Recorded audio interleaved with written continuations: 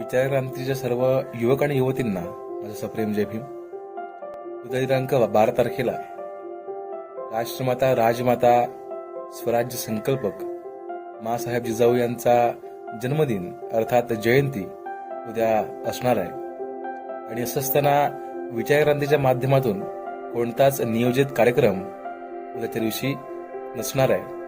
आणि मग असं असताना मी आवाहन करतो, मी सूचना करतो की विचारक्रांतीच्या सर्व युवक आणि युवतींनी आपल्याला जसं जसं शक्य होईल तसं तसं आपण जिथे जिथे राहता त्या ठिकाणी आपल्या विहारात असेल, आपल्या गावात असेल, आपल्या शाळेत असेल, आपल्या कॉलेजमध्ये असेल, आपल्या कामाच्या ठिकाणी जिथं जिथं प्रतिमा असो किंवा पुतळा असो अशा ठिकाणी आपण आपल्या या महामातेला अभिवादन करायचं आहे.